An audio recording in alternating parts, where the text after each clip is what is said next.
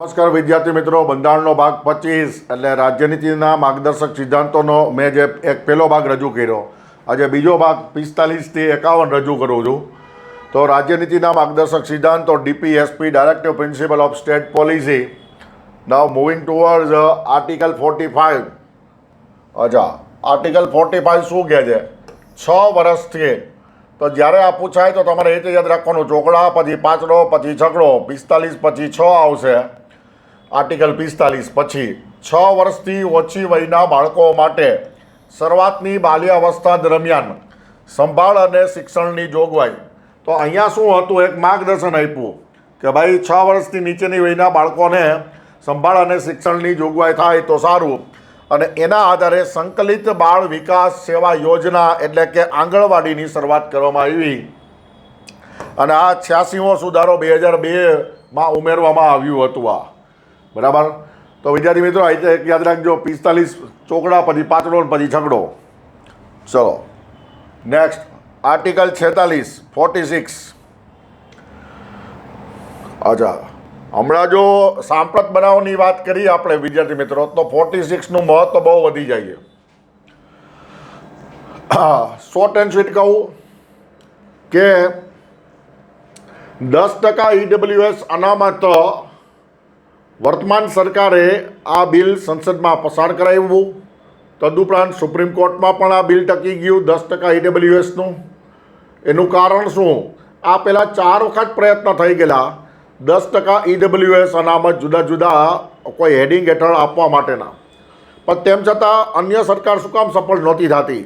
કારણ કે બંધારણીય જોગવાઈને ટાંકવામાં નહોતી આવેલી, બંધારણીય જોગવાઈનો ઉપયોગ કરવામાં આવેલો નહોતો.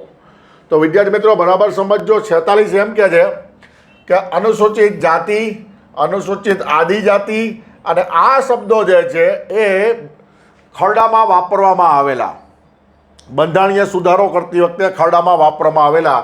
શું વાપરેલા શબ્દો? બીજા નબળા વર્ગોના શૈક્ષણિક તથા આર્થિક હિતોની અભિવૃદ્ધિ.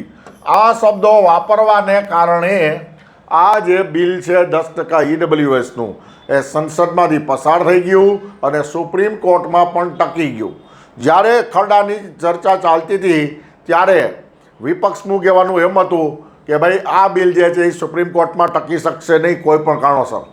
પરંતુ સરકારે બંધારણીય જોગવાઈ એટલે માર્ગદર્શક સિદ્ધાંતોનો ઉપયોગ કર્યો અને એ સિદ્ધાંતો એમ કહે છે કે જો અન્ય નબળા વર્ગોના, જો એવું લખેલું છે બીજા નબળા વર્ગોના. તો વિદ્યાર્થી મિત્રો આ રસનો વિષય છે કે તમે કોઈ વિષય કેટલું ડીપમાં શીખવા માગો છો. અહીંયા મેં સ્પષ્ટ પાછી નોંધ કરેલી છે કે ઉપરોક્ત શબ્દોને આધીન 10% EWS અનામત શક્ય બન્યું છે. આ પહેલાં ઘણી સરકારે કોશિશ કરી હતી પણ નહોતું થયું, પણ આ સરકાર દ્વારા થયું કારણ કે બંધારણીય જોગવાઈનો ઉપયોગ કર્યો માટે. ચલો, આર્ટિકલ 47. પોષણ અને જીવન ધોરણ ઊંચા લાવવા અને આરોગ્ય સુધારવાની રાજ્યની ફરજ. આરોગ્યની વાત આવે એટલે આરોગ્ય સુધારવા માટે. બરાબર. અચ્છા, જીવન ધોરણ અહીંયા પહેલી જ જોગવાઈ જોજો, આર્ટિકલ 47 મુજબ દારૂબંધીની જોગવાઈ છે. બરાબર. Prohibition on liquor or alcohol, દારૂબંધીની જોગવાઈ છે. તો 47 મુજબ તમે એક યાદ રાખજો, દારૂબંધીની જોગવાઈ છે આ. બરાબર. હવે બરાબર સમજો, કવર આખા ઇન્ડિયાને કરેલું છે આ. કયા આર્ટિકલે? આર્ટિકલ 47. પણ જેને રાજ્યએ દારૂબંધી લાગુ કરવી હશે તો કરશે, કારણ કે આ મરજિયાત ભાવ છે. બરાબર. રાજ્યનીતિના માર્ગદર્શક સિદ્ધાંતોને ફરજિયાત બનાવી શકાય નહીં. ગુજરાતે માન્યું, ગુજરાતની અંદર હજ્જડબમ દારૂબંધી છે, કાઉન્સમાં લેવા જવાની, મીન્સ ડિલિવરી ઇઝ પોસિબલ. અચ્છા, રાજ્ય જાહેર આરોગ્ય સુધારવા તથા માદક પીણા તેમજ આરોગ્યને હાનિકારક પદાર્થો, આ શબ્દ બરાબર સમજો, ઔષધિ હેતુ સિવાયના. મિત્રો તમે ઘણી વખત સાંભળેલું હશે કે ભાઈ કોઈ વ્યક્તિ બીમાર હોય તો આપણે એમ બોલી કે દવા દારૂ કર્યા કે નહીં. તો મિત્રો આ દારૂ શબ્દ ક્યાંથી આવ્યું? બરાબર સમજો, મોટા ભાગની દવા બનાવવા માટે આલ્કોહોલિક એલિમેન્ટ એમાં ઉમેરવામાં આવતા જ હોય છે. અને એનું હું તમને કહું કે અફીણની ખેતી એ કેન્દ્ર યાદીનો વિષય છે અને કેન્દ્ર રાજસ્થાન રાજ્યની અંદર મર્યાદિત ક્ષેત્રમાં અમુક હજારો હેક્ટરમાં ગાંજાની ખેતી અફીણની ખેતી કરાવે છે, કારણ કે એ કંટ્રોલ્ડ કલ્ટિવેશન હોય છે કેન્દ્ર સરકારનું, અને એ જે છે એમાંથી દવા બનાવવાનો પણ ઉપયોગ થતો હોય છે. માટે અહીંયા આલ્કોહોલ ઉપર પ્રતિબંધ મૂકવાની વાત છે, પણ કેવા આલ્કોહોલ? તો કે ઔષધિ હેતુ સિવાયના, જેનો માદક પીણા તરીકે ઉપયોગ થાય છે તેવા જ આલ્કોહોલ પર પ્રતિબંધ મૂકવાની વાત છે. જેનાથી ઔષધિ બને છે, દવા બને છે, તેના પર પ્રતિબંધ મૂકવાની વાત નથી. પર પ્રતિબંધ મૂકવાનો પ્રયત્ન કરશે. જો અહીંયા પ્રયત્ન કરશે, બરાબર, પ્રતિબંધ મૂકવો જ જોઈએ એવી કોઈ હજ્જડબમ જેને કહી શકાય ફોર્મ લેંગ્વેજ નથી, બરાબર. આ મરજિયાત ભાવ દર્શાવે. ચલો, આર્ટિકલ 48 ખેતી અને પશુપાલનની વ્યવસ્થા, એગ્રીકલ્ચરલ એન્ડ કેટલ રિયરિંગ. અચ્છા, આર્ટિકલ 48 મુજબ ગૌ હત્યા પર પ્રતિબંધ છે, બરાબર. તો તમને બરાબર સમજો, 47 એટલે દારૂબંધી, 48 એટલે ગૌ હત્યા, બરાબર. તો આવા બધા આવી રીતે 1 ડિજિટ 1 હેડિંગ, 1 ડિજિટ 1 હેડિંગ સતત બોલતા જાઓ, યાદ રહેતું જશે. આર્ટિકલ 48 મુજબ હરિત ક્રાંતિનો અમલ, બરાબર. જૂના કોર્સમાં એક જ વખત પૂછાઈ ગયેલો પ્રશ્ન, કદાચ હજી પણ પૂછાય કે હરિત ક્રાંતિ ગ્રીન રેવોલ્યુશનનો અમલ કયા આર્ટિકલ મુજબ, કયા આર્ટિકલની સૂચના મુજબ કરવામાં આવ્યો? Your answer is 48. પશુ ક્રૂરતા નિરોધક પશુધન બજાર અધિનિયમ 2017. અચ્છા, આ કયા મંત્રાલય અંતર્ગત આવે? તો આ લાંબુ નામ છે, એક યાદ રાખજો. પર્યાવરણ, વન અને આબોહવા પરિવર્તન મંત્રાલય દ્વારા નીચેની જોગવાઈઓ કરવામાં આવી છે. શેના માટે? તો કે પશુ ક્રૂરતા અટકાવવા માટે. હવે પછીની સ્લાઇડમાં હું લઈશ કે પશુ ક્રૂરતા અટકાવવા માટે કયા કયા પગલાં લીધા. તો સૌથી પહેલું આવશે આર્ટિકલ 48 મુજબ અવયસ્ક પશુના વેચાણ પર પ્રતિબંધ. મતલબ આપણે 18 વર્ષ પછી આપણે માઇનરમાંથી મેજર બનીએ છીએ, પુખ્ત બનીએ છીએ, તો પશુ માટે જુદી ઉંમર હોય. તો જે અવયસ્ક પશુઓ જે છે એના વેચાણ પર પ્રતિબંધ. પશુ માલિક દ્વારા લેખિત કે પશુ માત્ર વેચાણ માટે જ છે, બરાબર. જ્યારે પશુ મેળામાં જાય તો ત્યારે લેખિત એક લખાણ આપવું પડશે પશુ માલિકે કે ભાઈ હું આને વેચવાના ઉદ્દેશ સિવાય બીજા કોઈ ઉદ્દેશ માટે લઈ જતો નથી. અચ્છા, પછી આવે છે શિંગડાનું રંગાટી કામ પર પ્રતિબંધ. શિંગડા ઉપર પોતાની ઓળખ રાખવા માટે ઘણી બધી જાતનું રંગકામ કરવામાં આવતું હોય છે, અથવા છેદવામાં પણ આવતા હોય છે. અચ્છા, તેની સ્કિનને પણ કલર કરવામાં આવતા હોય છે જાતનું, બરાબર. અને એક ડેકોરેટિવ પીસ હોય કોઈ પણ પશુ, એવી રીતે પણ શણગારવામાં આવે છે. તો એ બધા પર પ્રતિબંધ છે. અચ્છા, નેક્સ્ટ, આંતરરાષ્ટ્રીય સરહદના 50 કિલોમીટરની અંદર અને આંતરરાજ્ય સરહદની 25 કિલોમીટરની અંદર પશુ મેળાનું આયોજન થઈ શકે નહીં, તેના પર પ્રતિબંધ છે. તો આ બધા હતા પશુ ક્રૂરતા નિવારક અધિનિયમની જોગવાઈ હતી બધી આ.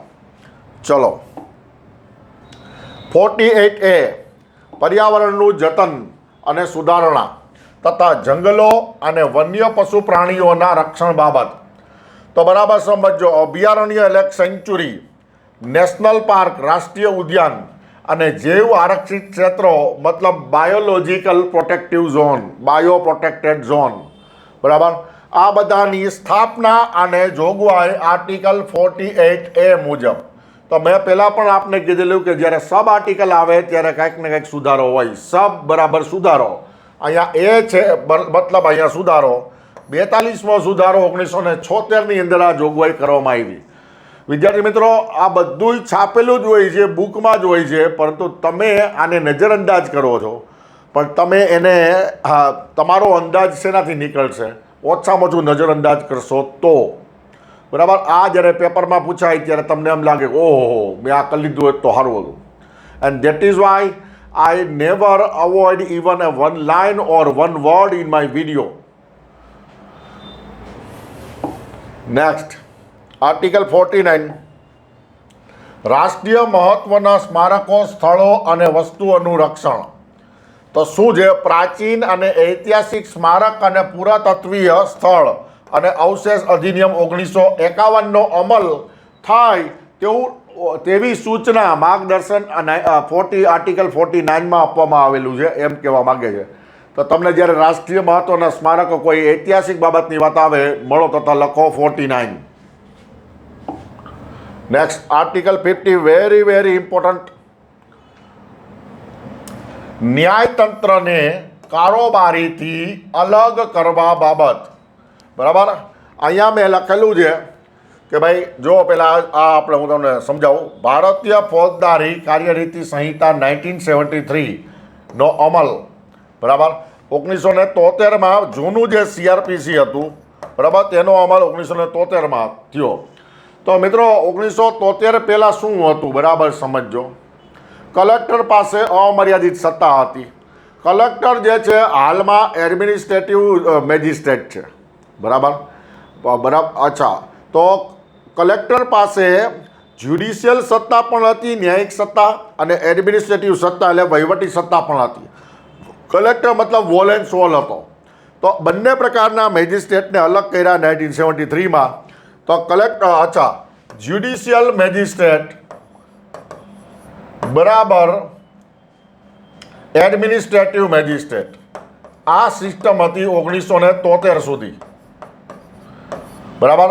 પછી બંનેને અલગ કર્યા, બરાબર. જ્યુડિશિયલ મેજિસ્ટ્રેટ મતલબ કોર્ટમાં અને એડમિનિસ્ટ્રેટિવ મેજિસ્ટ્રેટ કલેક્ટર ઓફિસમાં, બરાબર. એડમિનિસ્ટ્રેટિવ મેજિસ્ટ્રેટની અંદર આવશે DM એટલે ખુદ ગબ્બર કલેક્ટર, એની નીચે આવશે SDM સબ ડિવિઝનલ મેજિસ્ટ્રેટ એટલે નાયબ કલેક્ટર, એમની નીચે આવશે મામલતદાર મતલબ એક્ઝિક્યુટિવ મેજિસ્ટ્રેટ, અને એની નીચે આવશે નાયબ મામલતદાર ડેપ્યુટી એક્ઝિક્યુટિવ મેજિસ્ટ્રેટ. તો આ આખી સિસ્ટમ શરૂઆત થઈ 1950માંથી બોધપાઠ લઈ આર્ટિકલ 50માંથી બોધપાઠ લઈ અને બંને પ્રકારના મેજિસ્ટ્રેટને અલગ કરવામાં આવ્યા.